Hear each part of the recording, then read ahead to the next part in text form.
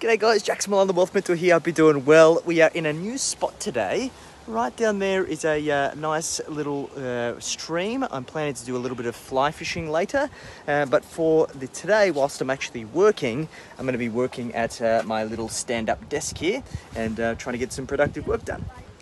Now in this video, I wanted to talk around the importance of making sure that you consider commercial property as part of your growth strategy if you're a bricks and mortar business or if you have a physical location.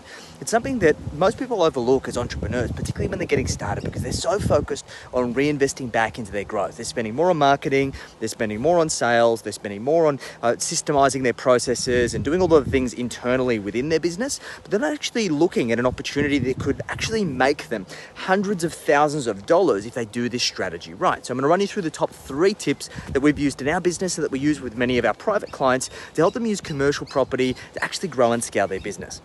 So if you look at any rich list in the world, the vast majority of entrepreneurs there are there for 2 reasons. They're there because of their entrepreneurial pursuits, the wealth that they've created through their business, but they're also there because of property. Because what we realize is that to be successful in business, it is about producing cash flow.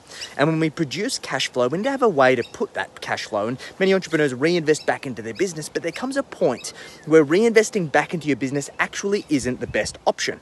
It's actually better to take money out of your business and then turn that business profit into personal wealth. And the best way to do that is through property. Now, when we get to a level where these really successful business owners are buying property, they're not buying residential property anymore typically. They're mainly buying commercial property, and they are buying commercial property because of a number of reasons. One, it allows them to land bank.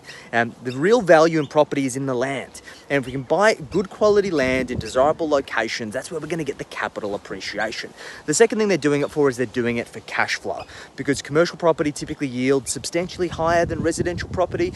But we've also got to consider the risks associated with tenancy, because as you've probably seen, particularly as we've gone through this COVID situation, is that many commercial properties have been vacant for a very long period of time. So unless you're incredibly wealthy, you've got a well-diversified property portfolio, that can be hugely detrimental. But there's a little secret that I want to share with you that you can use in your business.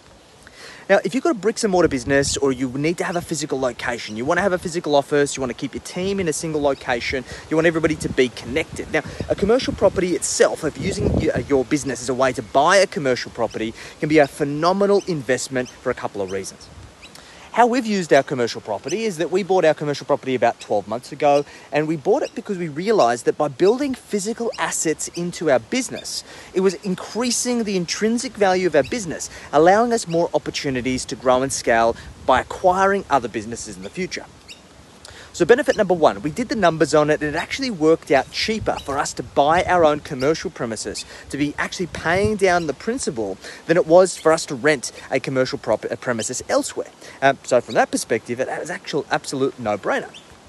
The second thing it did is it gave us certainty around our tenancy. It gave us the ability to have a fixed location that we could use for the foreseeable future without having to worry about landlords wanting to kick us out or increase the rent or any of these kinds of things that you have to deal with when you've got a physical location.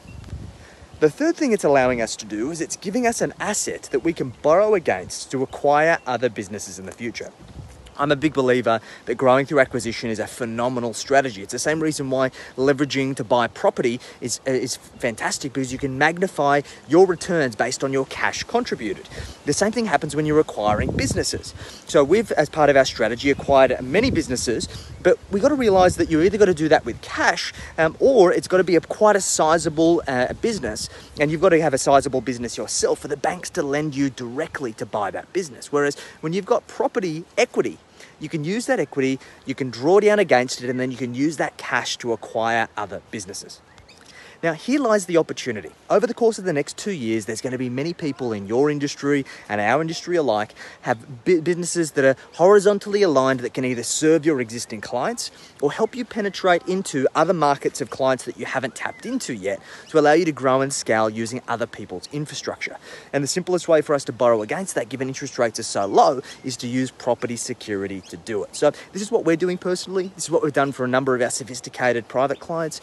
So if you're in a position where you you run a multi-six-figure, seven-figure business, doesn't matter where you are in the world, you've got good profits, you do have a physical location, but you're paying rent out hand over foot, and you'd really like to consider how you might be able to secure your own commercial premises that could potentially be cheaper than what you're paying right now, allow you to build physical assets in your business group, but also allowing you to create equity to acquire other businesses in the future, then we can help you. If this is a strategy you're interested in, feel free to slide into the DMs with the word commercial, and we'll have a bit of a conversation around where commercial property fits into your strategy and really see what you can do over the course of the next 12 months to get into your commercial premises, to start smashing down that debt and then using it to grow and scale your business for the future. So hit me up in the DMs. Chat to you guys soon.